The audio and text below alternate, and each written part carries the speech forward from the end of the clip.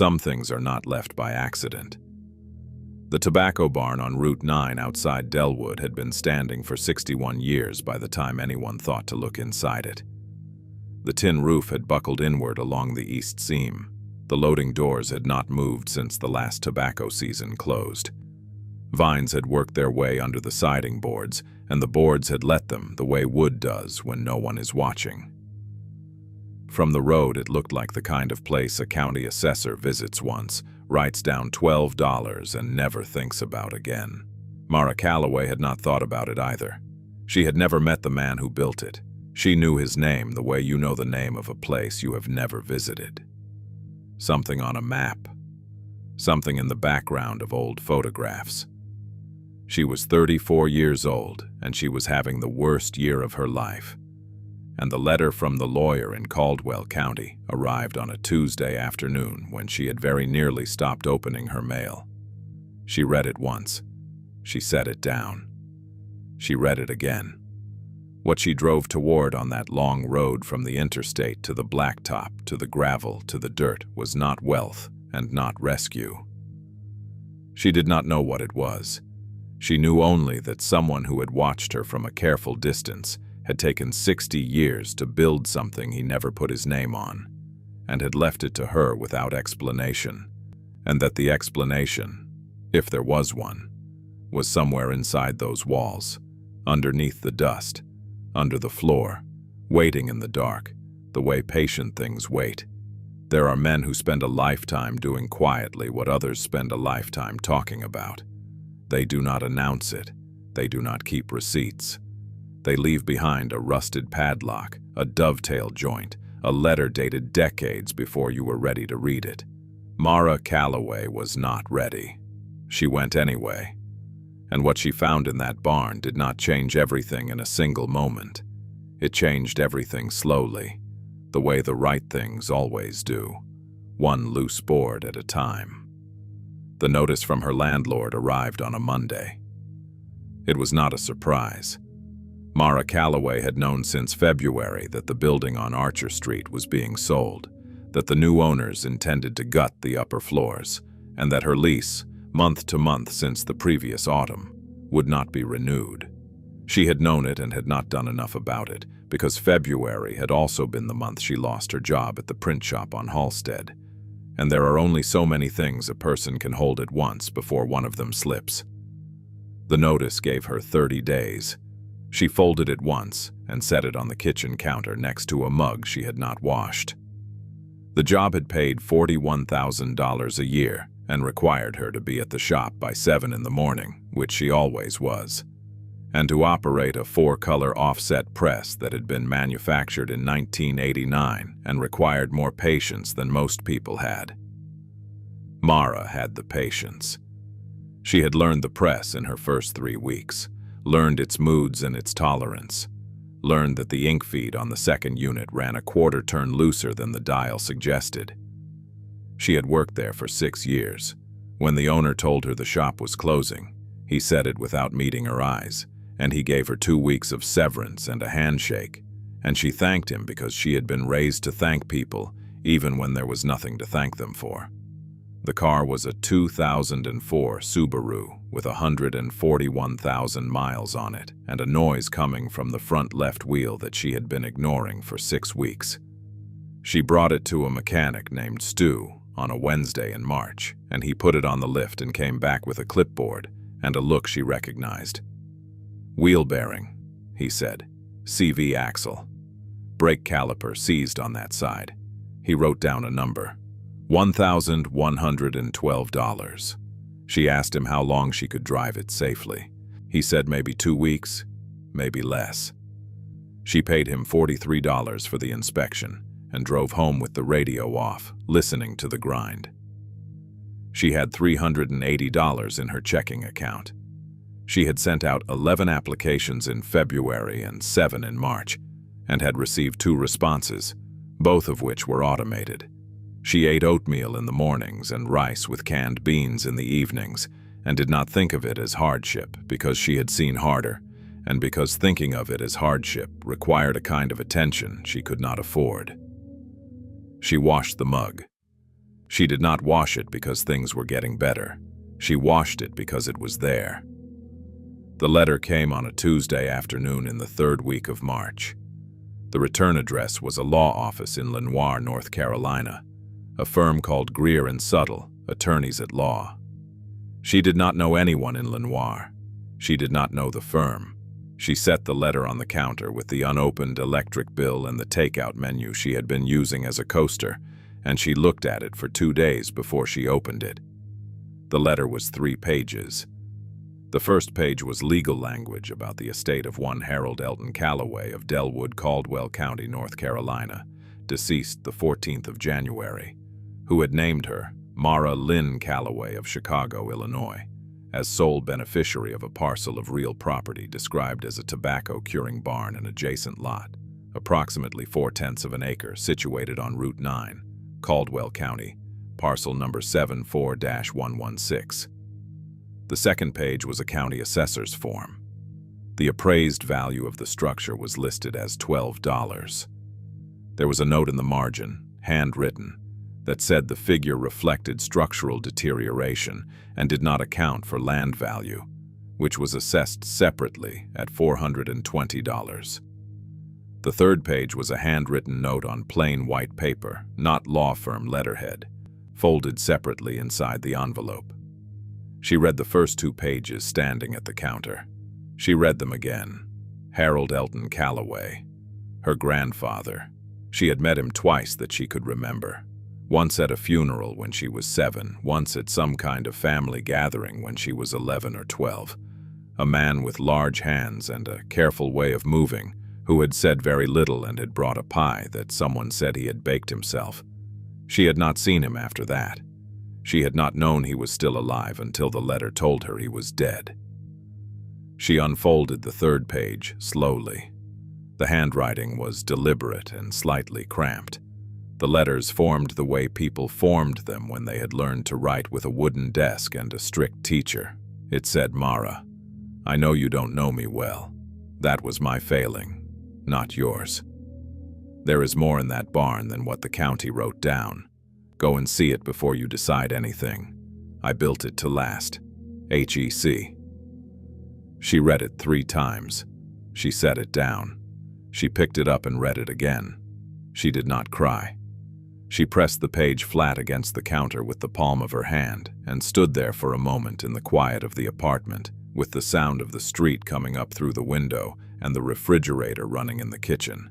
And she breathed slowly the way she did when she was making a decision she had already made but had not yet admitted. She called the number on the letterhead the next morning. A man named Dale Suttle answered and spoke carefully in the way lawyers speak when they are trying to be kind without making promises.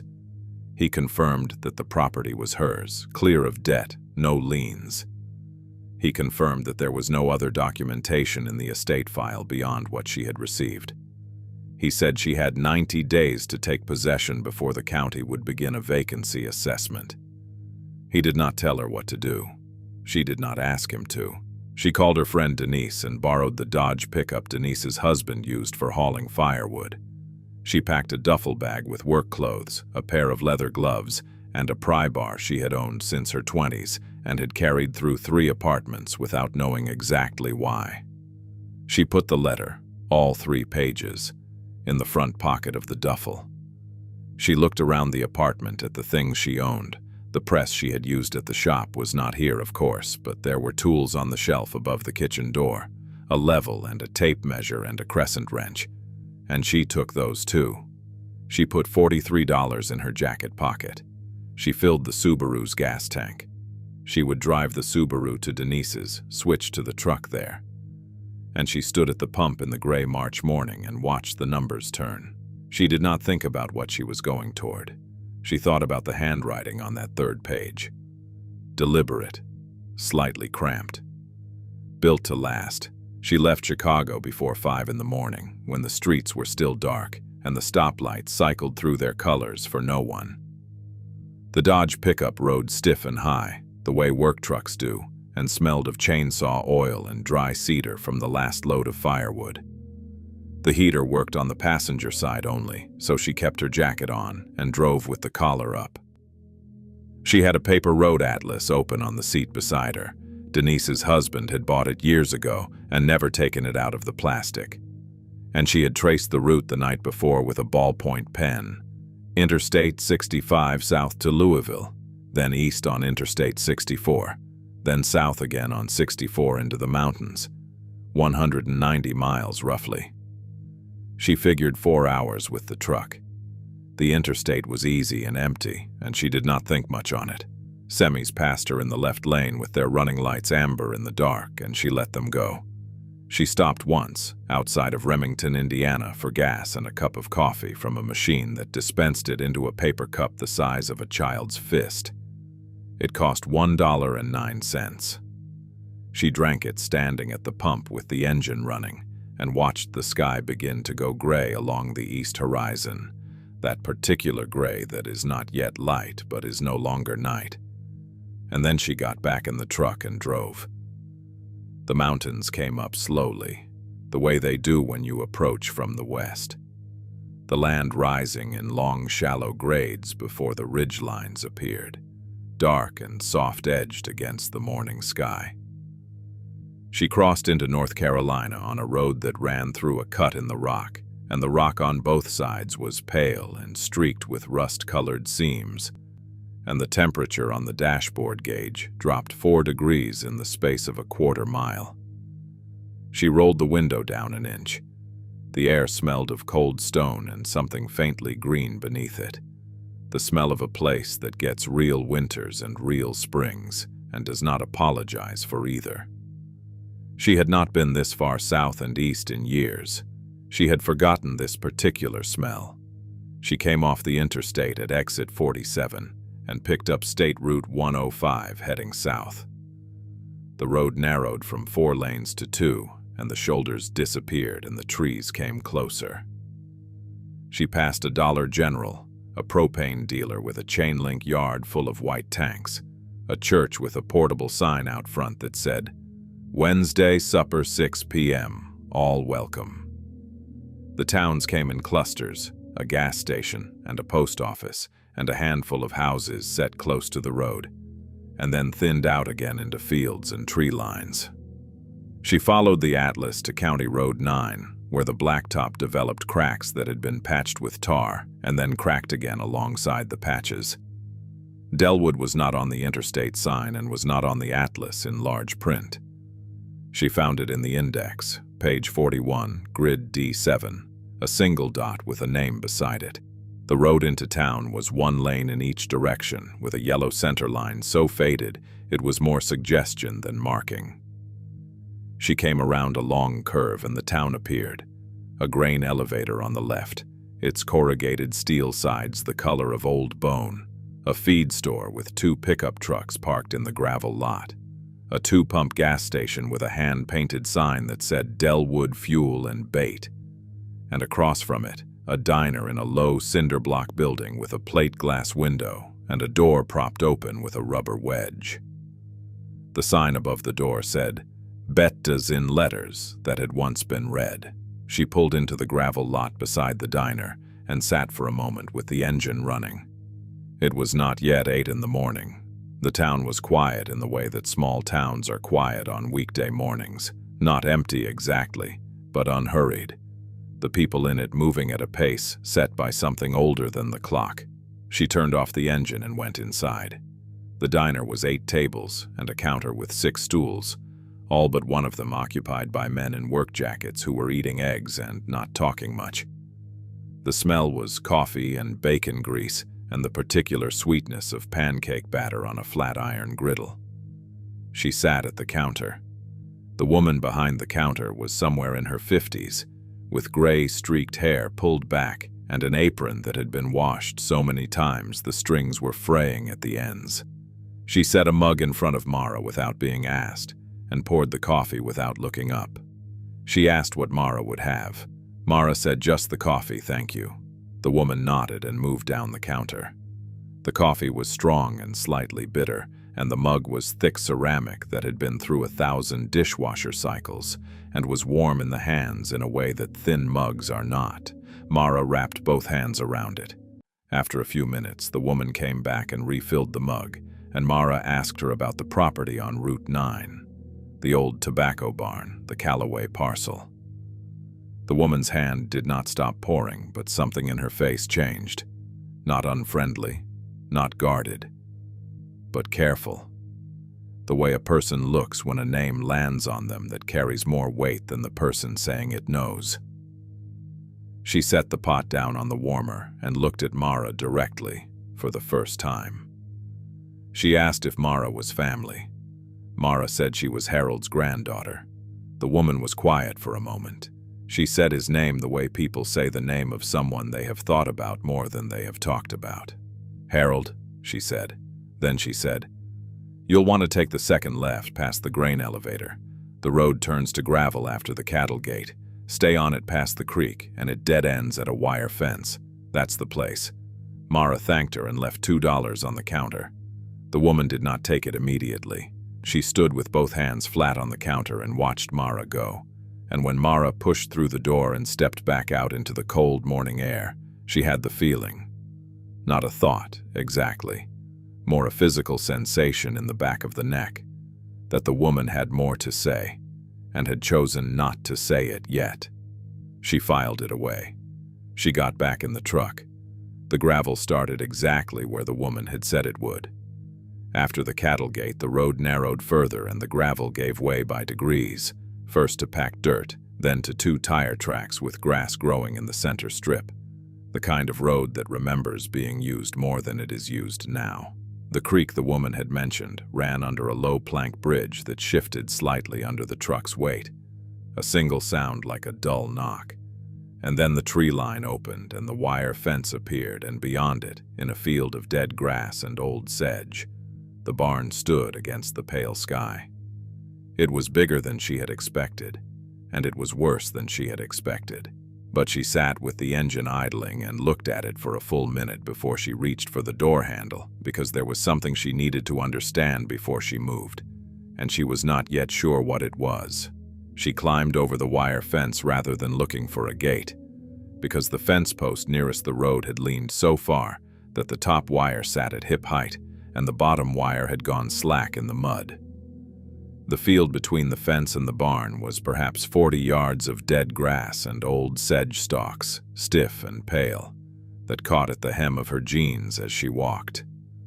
The ground was soft in places where the drainage was poor, and she stepped carefully, reading the surface the way you learn to read ground when you have done enough outdoor work to know that what looks solid sometimes is not. She stopped halfway across and stood still for a moment, just looking. The barn was roughly 60 feet long and 35 feet wide, a tobacco-curing barn built in the style common to this part of the Carolina Piedmont in the 1940s and 50s.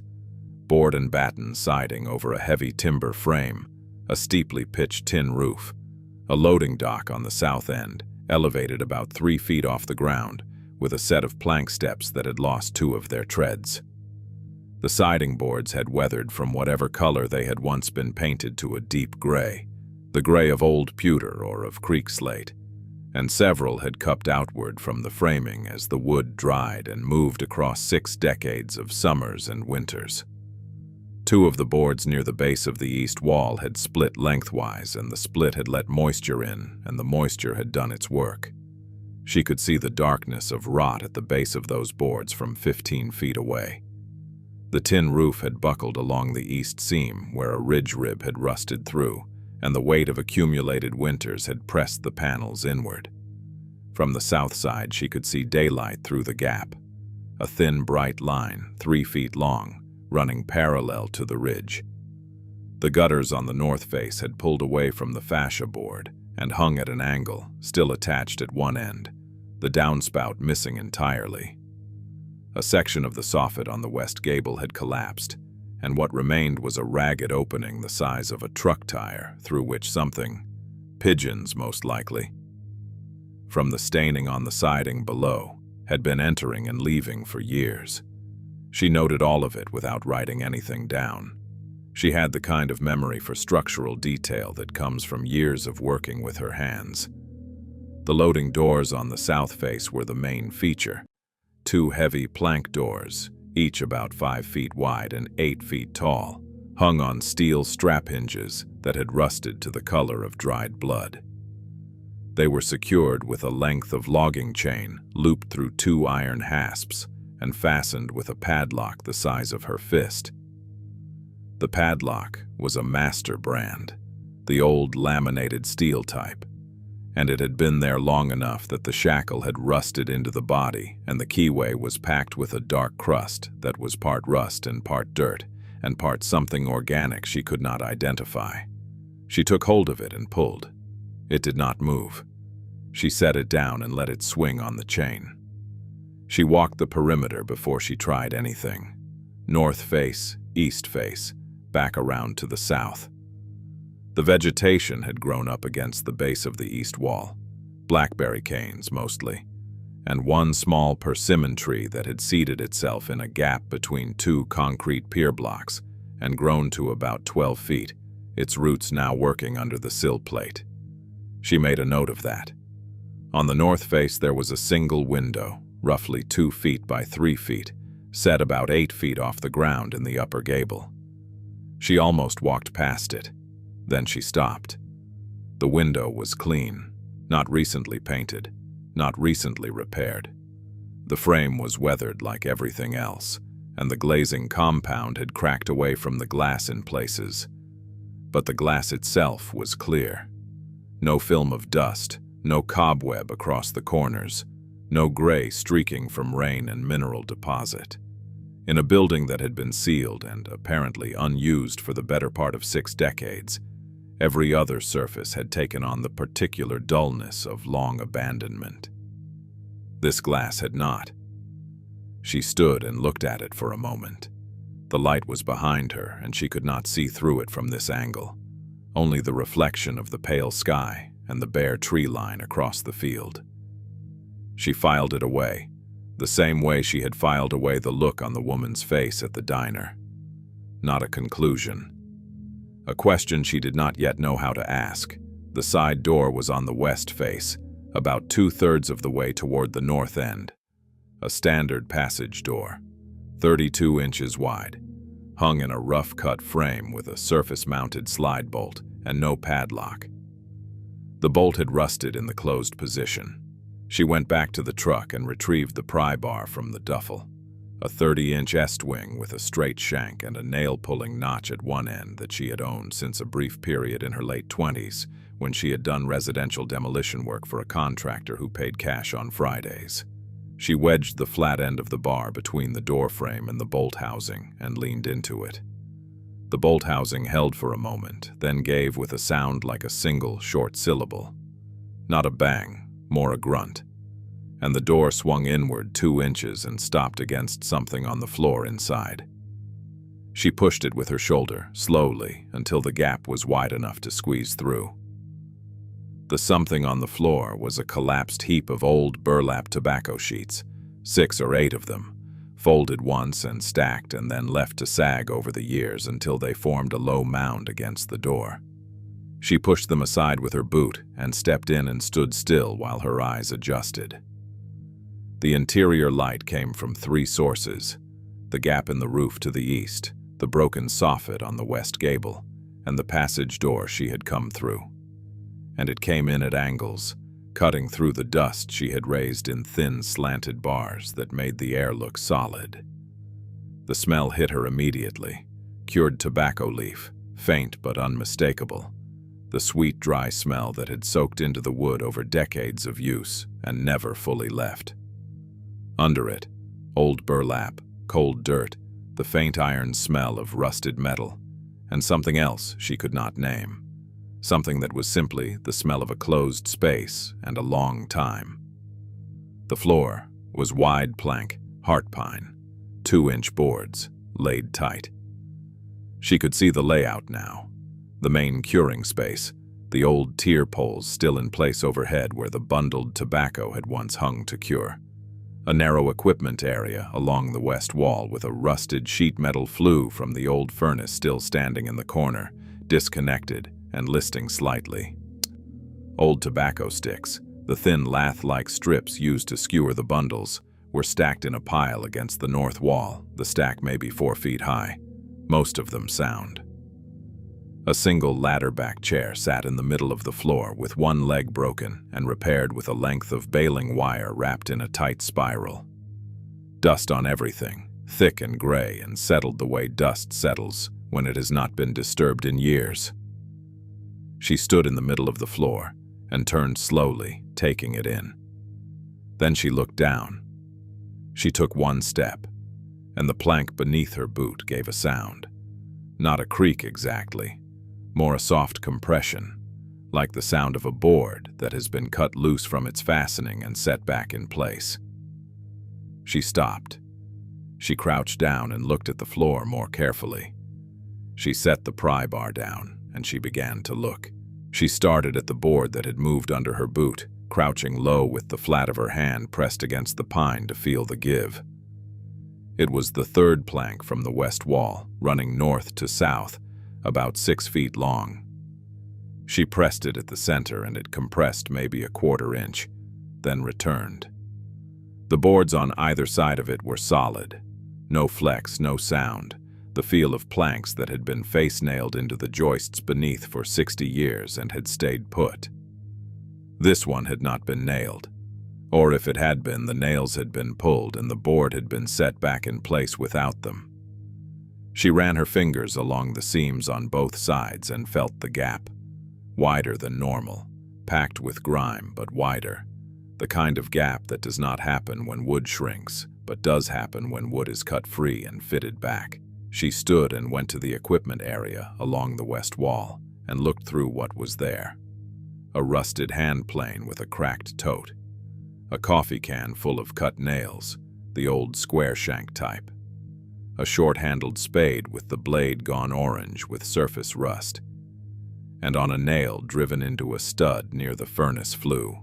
A length of baling wire with a small wooden peg hanging from it.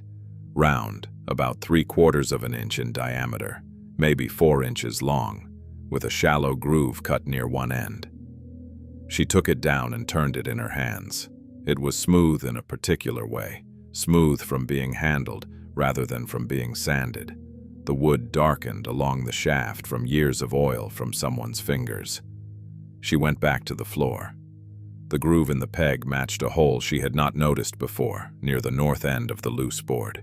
Bored cleanly with what must have been a 1-inch auger bit.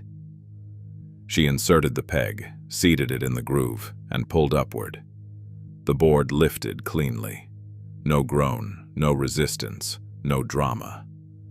It came up in one piece, 18 inches wide and 6 feet long, and when she set it aside on the floor, the smell that came up from below was cool and dry and faintly metallic, the smell of enclosed air that had been sitting undisturbed for a long time. She took the trouble light from the duffel. She had brought it on instinct, the same way she had brought the pry bar, and plugged it into the extension cord. She ran back to the outlet she had found near the side door. The outlet was a 2-prong, ungrounded, the old type, and it worked. She lowered the light into the space below. The cavity was shallow, perhaps 14 inches deep, running between 2 floor joists, roughly 2 feet wide and 4 feet long. It had been lined on the bottom and sides with tongue-and-groove cedar boards, tight-fitted, the kind of installation that takes time and care and is done by someone who wants what is inside to stay dry. On the cedar floor of the cavity sat 3 things: a metal cash box, the kind that was sold in hardware stores in the 1950s and 60s for keeping household accounts, painted gray with a black carry handle, a folded piece of oilcloth, and what appeared to be a wristwatch in a small cardboard box with the lid set loosely on top. She lifted the cash box out first. It was heavier than it looked. The latch was a simple lever-type mechanism, not locked, but the lid had swollen slightly in the hinge and required pressure to open. She set it on the floor beside the opening and worked the latch with both thumbs until it gave with a dry pop. Inside, lying flat in the bottom of the box, was a stack of currency held together with a rubber band that had gone brittle and snapped when she touched it. The bills were old, the large portrait type, the ones that had been redesigned decades ago, and they were sorted by denomination and faced the same direction, the way someone sorts money who has handled it carefully over time. She counted them twice.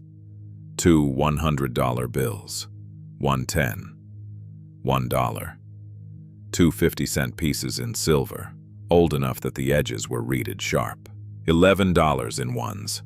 Total, $211. Under the currency, a folded receipt, the paper thin and yellow at the folds. She opened it carefully. It was from Alderman Hardware, Lenoir, North Carolina, dated October 9, 1964. The items listed were 1 box 16-penny common nails, 1 pound, 1 roll number 8 aluminum wire, 50 feet, 1 quart boiled linseed oil, 1 pint mineral spirits, and 1 cedar tongue and groove flooring sample, 6 pieces. The total at the bottom was $9.34. Paid, it said, in the space next to the total. Paid in full. She looked at the date again. October 1964. Whoever had built this cavity had bought the materials for it in October of that year, and the receipt had been placed inside with the money, and neither had moved since. She set the receipt beside the cash box and lifted the watch box. The Bulova was a 1960s men's dress watch, the manual wind type, with a champagne dial and a date window at 3 o'clock. The case was yellow gold-filled, not solid gold, with the light scoring of normal wear on the case back. The crystal was acrylic and had a single shallow scratch across the lower half. The leather strap was stiff and the buckle had a small green patina on the brass. She turned it over. On the case back, engraved in a plain block script, HEC to CMC, June 14, 1959. She did not know who CMC was. She set the watch down gently. The oilcloth contained nothing. It had been folded around an absence as if something had been removed from it at some point, and the cloth had been folded back out of habit or tidiness. She held it up and looked at it in the trouble light, and then set it aside. She stayed crouched by the opening for a moment, looking down into the cedar-lined cavity, and she thought about the receipt from October 1964, and about the way the peg had been hung on that nail, where someone's hand could find it without looking, and about the clean window glass on the north gable. 3 things that did not fit the picture of simple abandonment. She pressed both hands flat on the floor beside the opening and felt the other boards. 3 feet to the north, near the corner, 2 more boards gave slightly under pressure. Not loose the same way as the first. Different, stiffer, as if they had been nailed and the nails driven deeper, or as if whatever was beneath them was heavier and the weight held them down from below. She sat back on her heels and looked at the floor and at the cavity, and at the $211 and the watch and the hardware receipt from October 1964. This was not the end of something. She understood that plainly. The way you understand a thing not by thinking about it, but by the way your hands want to keep moving. She set the cash box and the watch and the receipt carefully to one side. She picked up the pry bar. She was not done with the floor. She had the pry bar seated under the first of the 2 stiffer boards and was beginning to work it when she heard boots on the plank steps outside. Not hurried. 1 step, then the next. The measured tread of someone who is not sneaking and is not rushing. Someone who has walked up steps like these 10,000 times and does not think about it. She stood and turned toward the side door, the pry bar still in her hand. And a man appeared in the opening. Tall, lean in the way that outdoor work makes a person lean rather than the way that hunger does, wearing a canvas chore coat the color of old moss and a wool cap pulled low. He was somewhere past 70. He looked at her, and then at the open cavity in the floor, and then back at her, and his expression did not change in any way she could read. He said his name was Harlan Oakes, and that he farmed the field to the east. He said it the way you state a fact that organizes other facts around it, giving her the information she needed to place him without asking her to respond to it in any particular way. He did not come fully through the door. He stood with one hand on the door frame and looked around the interior of the barn with the slow, appraising look of someone who has been inside this space before and is noting what has changed and what has not. He looked at the tier poles overhead, at the furnace flue in the corner, at the tobacco sticks stacked against the north wall. He looked at the cash box and the watch and the receipt she had set on the floor. He did not ask about them. He said he had seen the truck in the field and figured he would come over.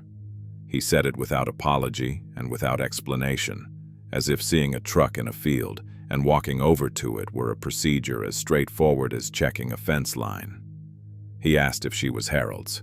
She said she was his granddaughter. He looked at her for a moment, not sizing her up exactly, more the look of someone confirming a thing they had already mostly decided. He nodded once, a single downward movement, and then he turned and went back down the steps without another word. She stood with the pry bar and listened to his boots in the dead grass and thought he was leaving. Then she heard a truck door open and close, and after a minute the boots came back up the steps. He came through the door this time, carrying a 3/8-inch drive ratchet set in a molded plastic case and a trouble light on a heavy-duty orange extension cord, the kind rated for outdoor use, wound neatly over his forearm.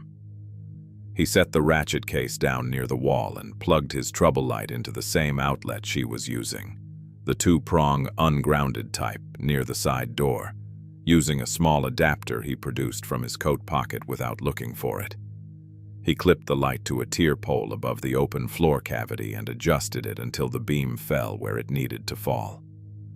Then he crouched down beside the cavity and looked in without touching anything, his forearms resting on his knees. He said, "Your grandfather was particular about that floor. He said it the way you say a thing that is true and complete in itself and does not require a follow-up. He did not say what Harold had built down there or what it was for or how Harlan knew about it.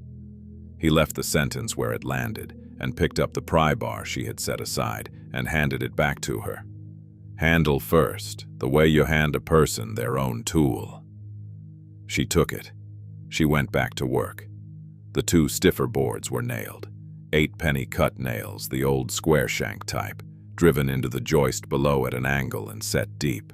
The heads flush with the surface of the pine and filled with a thin skim of what might have been wood putty, or might have been a mixture of sawdust and glue, the way a careful person fills a nail hole when they want the surface to read as unbroken. Mara worked the flat end of the pry bar along the seam, walking it north in 2-inch increments, applying even pressure rather than trying to lever the whole board at once.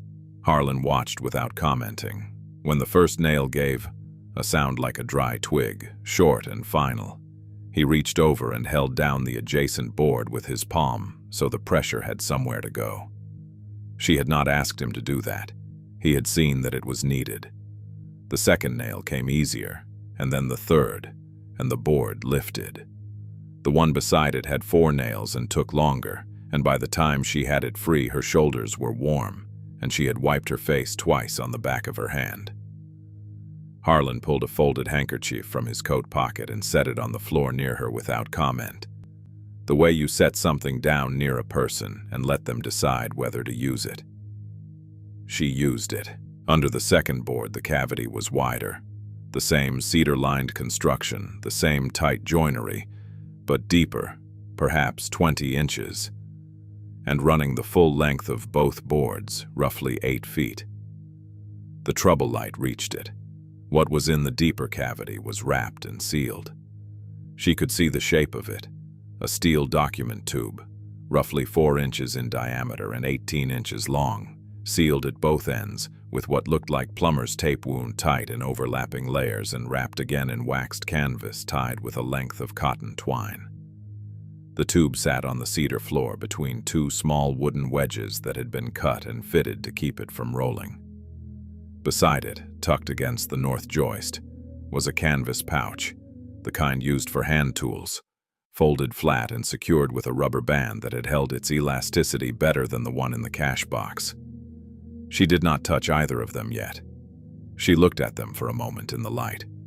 Harlan stood and went to the side door and looked out at the field and the tree line beyond it. The light outside had shifted while they worked.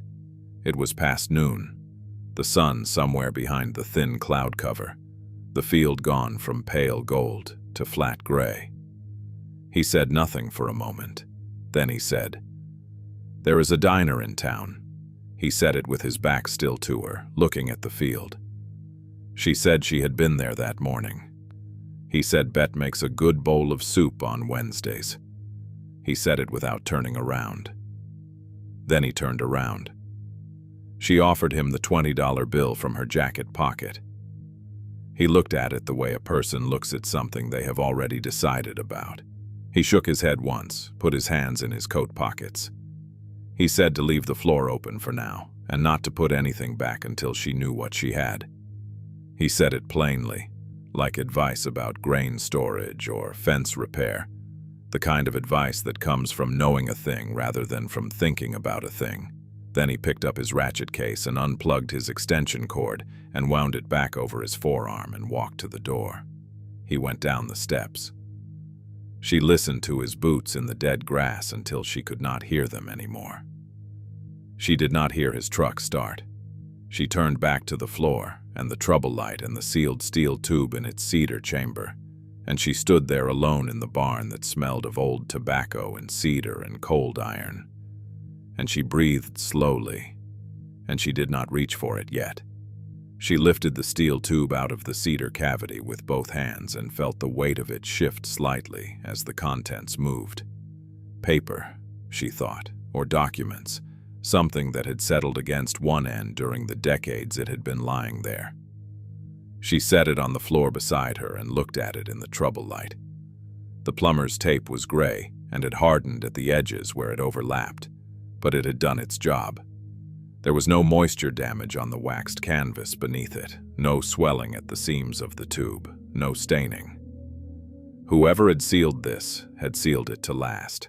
She took the folding knife from her jacket pocket and worked the blade under the tape at one end, carefully. The way you open something you are not sure you have the right to open yet. The canvas came off in one piece once she had cut the twine. Underneath it, the steel tube was painted olive drab, the kind of finish used on military surplus equipment, and the end caps were threaded on rather than crimped, which meant they could be removed by hand. The cap at the north end was tight. Decades of thermal cycling had worked the threads together, and she wrapped Harlan's folded handkerchief around it for grip and turned it slowly until it broke free.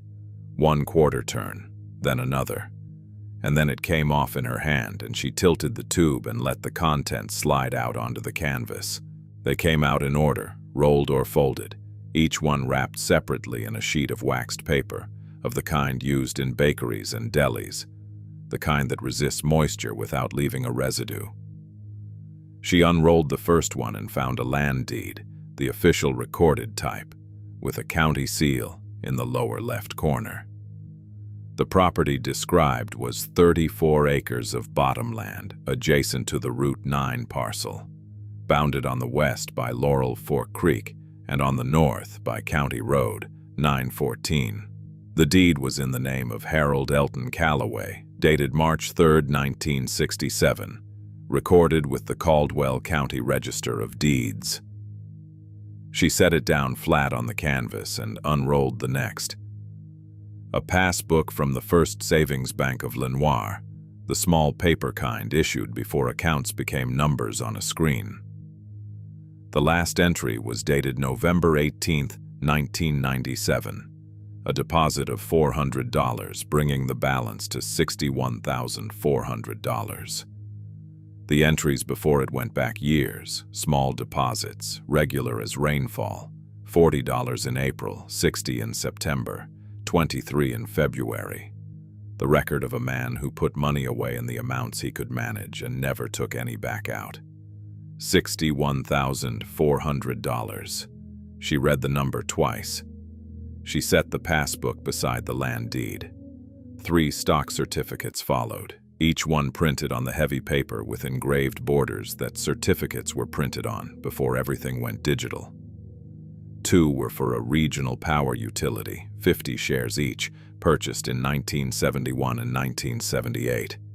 The third was for a timber company out of Boone, 100 shares, purchased in 1984. She did not know current values. She set them in a row on the canvas. Then she unrolled the last piece of waxed paper and found a letter, folded in thirds on plain white paper, written in the same deliberate, cramped hand as the note she had received inside the lawyer's envelope. At the top, in the same hand, April 14, 1998. And below it, for Mara. She sat down on the floor. She held the letter with both hands, the paper slightly stiff from the waxed wrapping, and she read it slowly. The way you read something when you know that reading faster will not help you. It said, "Mara, I know this comes late and from a stranger, near enough. I have no excuse for the distance except that I was not a man who knew how to close it, and by the time I understood that it was my job to try, enough time had passed that trying felt like an intrusion. Your mother and I had our falling out before you were born, and I handled it wrong from the start. I am not asking you to forgive that. I am just telling you so you know the distance was mine and not yours to carry. I built this barn in 1953 with my father and my brother Carl. We cured tobacco here for 11 seasons. When the market changed, we stopped, and Carl moved west, and my father died. And I kept the barn because I did not know what else to do with a thing I had built with people I loved. I have kept it up in small ways when I could. The north window I cleaned every spring. I do not know why, except that it seemed important that something in it should stay clear. The land deed in this tube is 34 acres of bottomland that I have not farmed in 20 years but have kept taxes current on. The creek on the west boundary runs clean 12 months a year. The passbook is at First Savings in Lenoir. Dale Suttle at Greer & Suttle has the account number and the transfer paperwork. The stocks are registered in my name, but Dale can transfer them. You will need to go see him. I am not leaving you these things because I think money repairs anything. I am leaving them because I watched you from further away than I should have, and what I saw was a person who works carefully and does not complain and helps people without announcing it, and I thought, she will know what to do with something solid. I did not know what to do with the distance between us, but I knew what to do with a cedar floor and a dry tube and a deed that had no liens on it. The barn needs work. The east seam on the roof wants new flashing and 2 new panels. The sill plate on the east wall has some rot at the base that wants sistering before the next winter. The loading doors will free up with penetrating oil on the hinges if you give it a day. I left tools in the canvas pouch beside this tube. Use what you need. I am sorry I did not find a better way to say any of this while I was in a condition to say it out loud. This is what I have instead. It is all paid for, and it is all yours. Do something good with it. HEC. She read it through once without stopping. Then she sat still for a while with the letter in her lap, and the trouble light humming on the tier pole above her, and the smell of old tobacco in the walls all around her.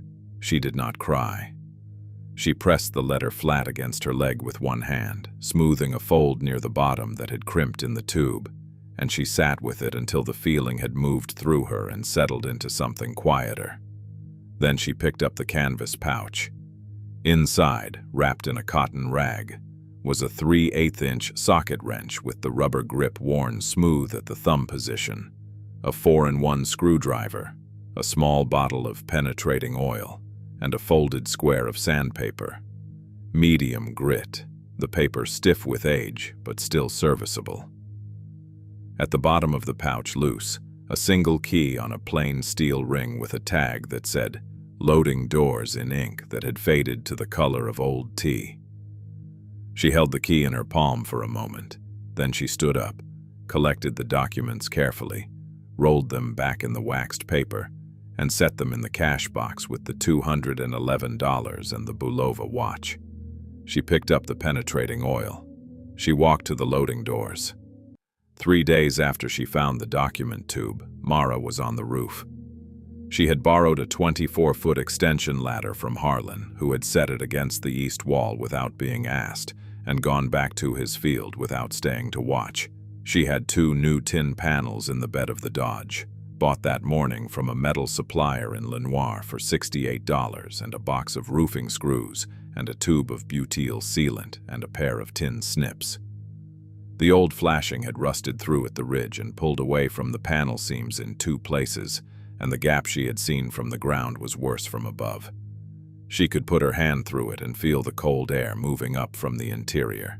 She worked from the ridge down, pulling the failed panels with a flat bar, setting the new ones, driving the screws with the cordless drill she had bought second-hand in Lenoir for $34 from a man selling tools out of his garage on a Tuesday morning.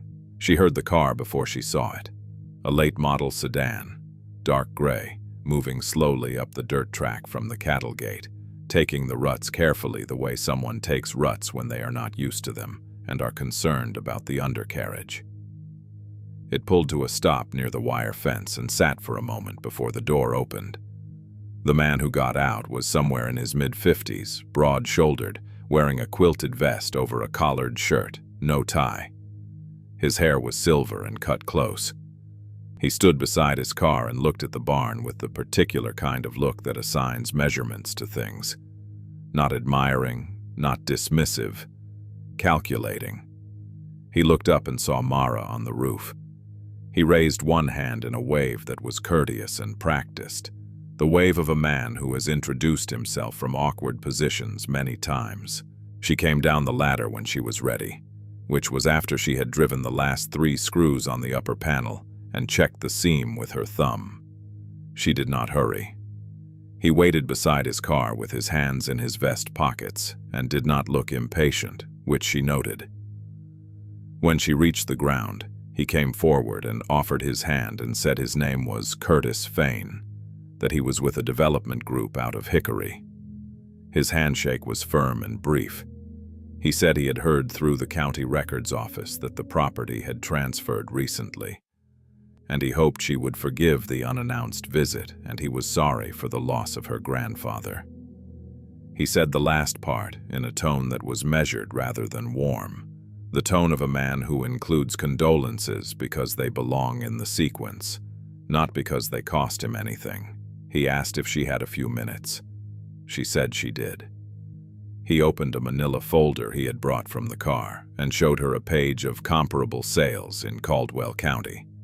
Barn properties, rural parcels, agricultural land that had transitioned to other uses.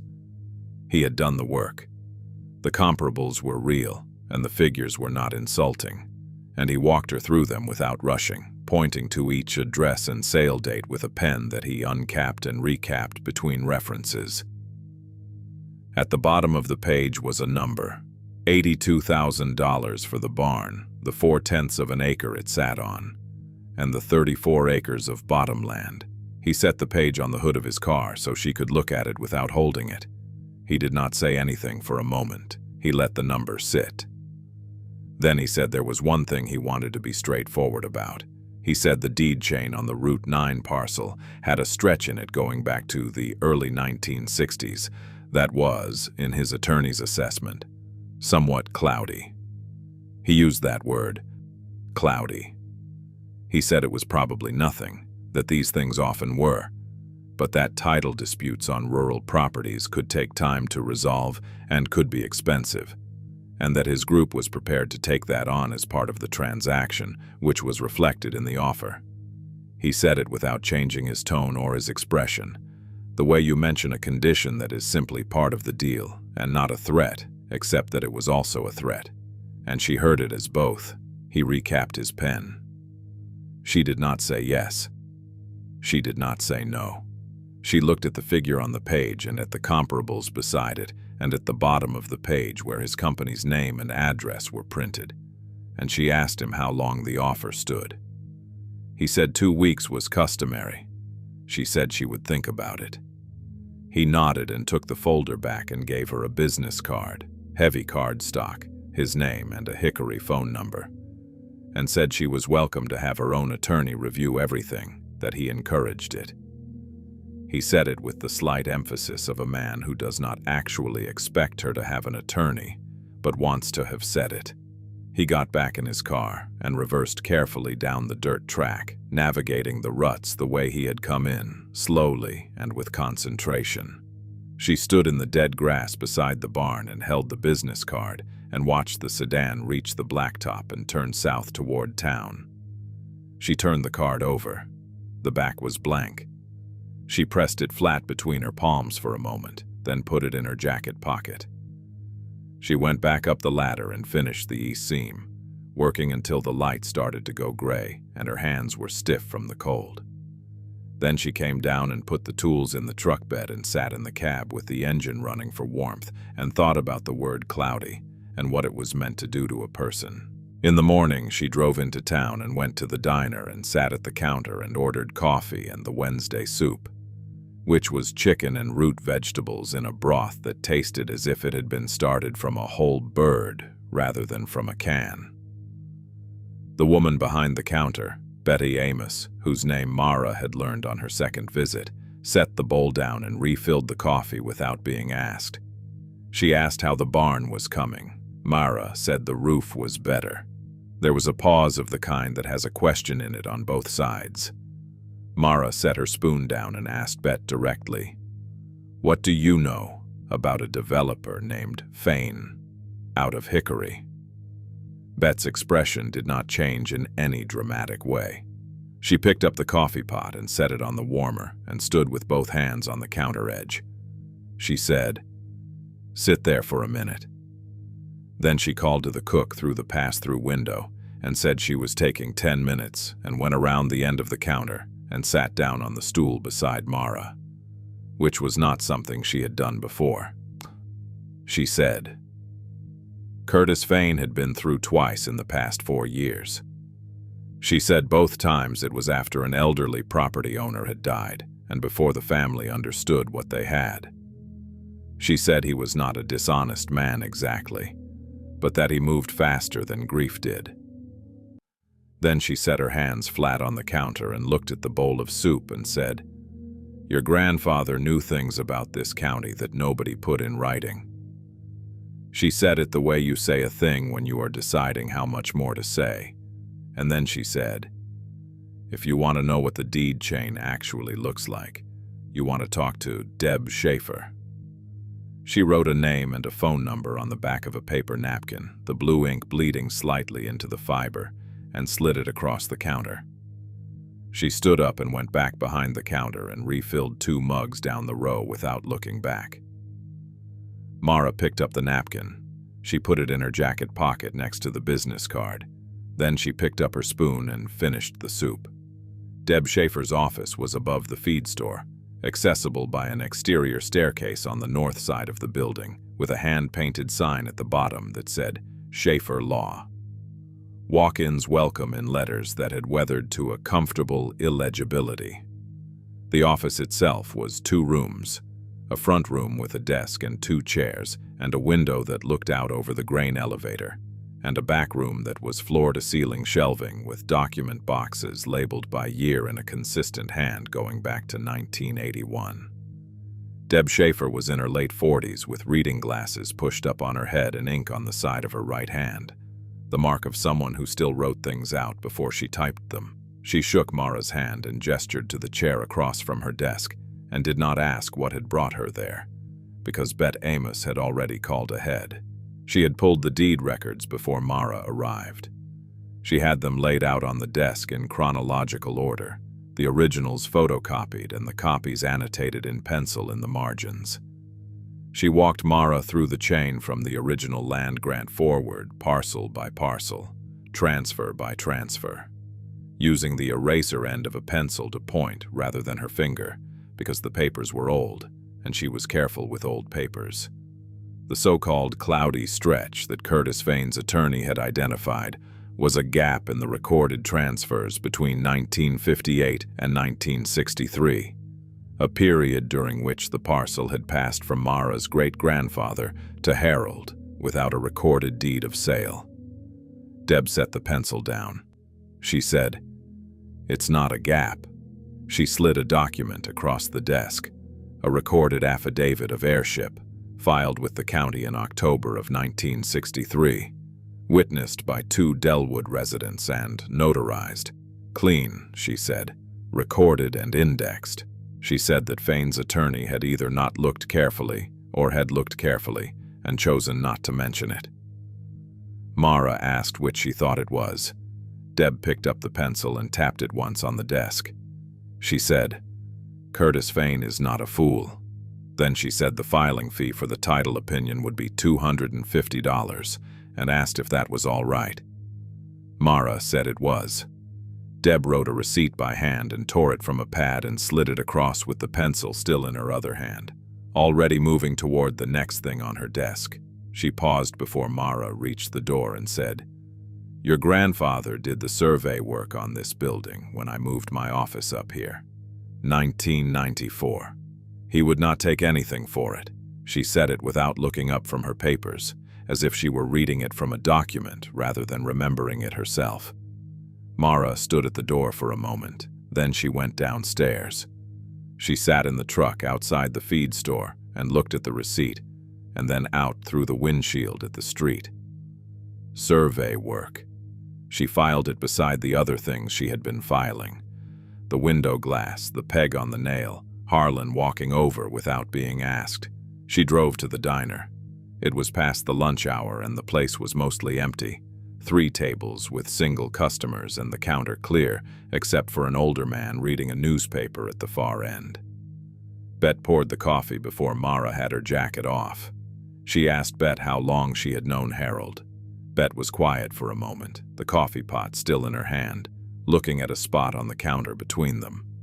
She said she had known him since she was 9 years old, which was when her father's tractor threw a hydraulic line during the cutting season, and there was no money for the repair, and the hay was going to stand in the field until it was worthless. She said Harold had shown up on a Tuesday morning with the right fittings and the tools, and had fixed the line in 2 hours and had refused payment, and had said nothing about it to anyone that she ever heard. She set the coffee pot down. She said her father talked about it for the rest of his life, and Harold never mentioned it once. Other things followed, not in a rush, but the way things come when a door has been opened and the person on the other side has been waiting a reasonable amount of time to walk through it. The man at the far end of the counter, his name was Roy Pell, and he lowered his newspaper when he heard the direction the conversation was going. Said that Harold had co-signed a note at First Savings for Roy's brother-in-law in 1987, when the brother-in-law was trying to keep 40 acres from going to the bank, and that Harold had never mentioned it publicly and had asked nothing in return except that the note be repaid, which it was over 6 years at $40 a month. Roy folded the newspaper and set it on the counter and spoke to the surface of his coffee as much as to Mara. The woman who came in from the back, not a customer, the cook, a stout woman named Gloria, who untied her apron as she came through the pass-through door, said that Harold had paid 3 months of electric bills for a family on County Road 914 in the winter of 2001, when the father was in the hospital and the money had run to nothing. She said he had done it through the utility company directly and had asked them not to say where it came from, and she knew about it only because her cousin worked at the utility office in Lenoir and had let it slip years later. Gloria retied her apron and went back to the kitchen. She did not make anything of it, neither did anyone else. Harlan came in around 4 in the afternoon, which Bet said was his usual time. He sat at the counter 2 stools from Mara and ordered coffee and a piece of pie, and did not immediately join the conversation that had been going on, in pieces, for most of the afternoon. But after a while, with the pie half finished, he said that Harold had helped him re-roof his equipment shed in the autumn of 2004. When Harlan's hip was bad from an old tractor accident and he could not go up a ladder safely. He said Harold was 74 years old that fall and had gone up the ladder anyway, and had re-roofed the shed in a day and a half, and had come down and eaten supper at Harlan's table, and had never brought it up again. Harlan cut a piece of pie with the side of his fork and ate it, and did not look at Mara while he said it. She drove back to the barn as the light was leaving. She parked in the field and sat in the truck and looked at the building, the new tin panels on the east roof catching the last of the flat afternoon light, the loading doors standing open now that she had worked the hinges free, the interior dark beyond the threshold. $61,400 in a passbook. 34 acres along a clean creek. A deed chain with no cloud in it, whatever Curtis Fain's attorney had said. And a man who had spent decades doing small, careful things for people who needed them, without signature, without record, without asking anything to come back the other way. She sat with all of it for a while. Then she got out of the truck and went inside and turned on the trouble light and looked at the cedar-lined cavity in the floor, still open, the empty tube and the folded waxed paper beside it. She picked up the letter. She read it one more time, standing in the light, and when she was done, she folded it along its original creases and held it in both hands for a moment without moving. Then she put it in her jacket pocket, close to her chest, and went to find the number for Dale Suttle at Greer & Suttle, attorneys at law. Dale Suttle handled the account transfer in 9 days. The passbook balance converted to a standard checking account in Mara's name at a branch in Lenoir, and the stock certificates went to a brokerage Dale had worked with for 20 years, a man named Phipps, who wore reading glasses on a cord around his neck and who assessed the certificates without drama and told her the combined current value was $14,300, give or take the market, on any given Tuesday. The land deed transferred without complication. Deb Schaefer filed the updated recording with the county on a Thursday morning and called Mara at the motel in Delwood by Thursday afternoon to tell her it was done. Clean title, both parcels, no encumbrances. Deb said it the way she said most things, directly and without decoration. Mara thanked her. There was a pause, and then Deb said, "He would have been glad you came." Then she said she had another call and hung up. Curtis Fain did not return. His 2-week window came and passed without another gray sedan on the dirt track, without another call, without any further mention of cloudy deed chains. Mara had not expected drama from him, and there was none. He was a man who made offers and moved on when they were declined, which was, she supposed, a reasonable way to operate in his line of work. She did not think badly of him. She thought about him less and less as the days went on, and there was more physical work to occupy the thinking. She started on the sill plate the week after the title cleared.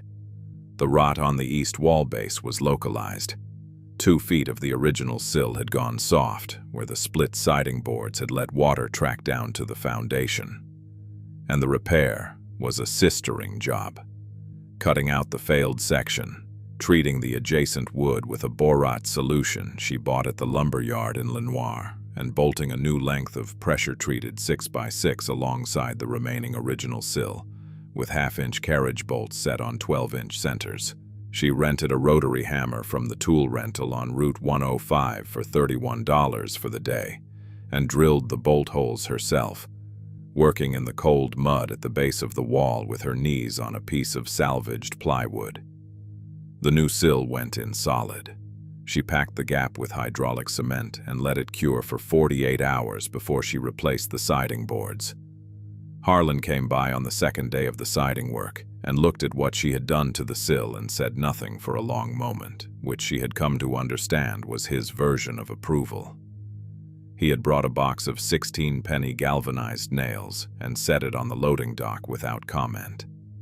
She was using a framing hammer she had bought at the hardware store in Lenoir, a 22-ounce Estwing with a straight handle, and she had found a rhythm with it, set, 2 taps, 1 drive, that was going faster than she had expected. Harlan watched for a few minutes and then said he had fence to check and left. The nails were exactly the size she needed. The young man appeared on a Wednesday morning in the 3rd week of April.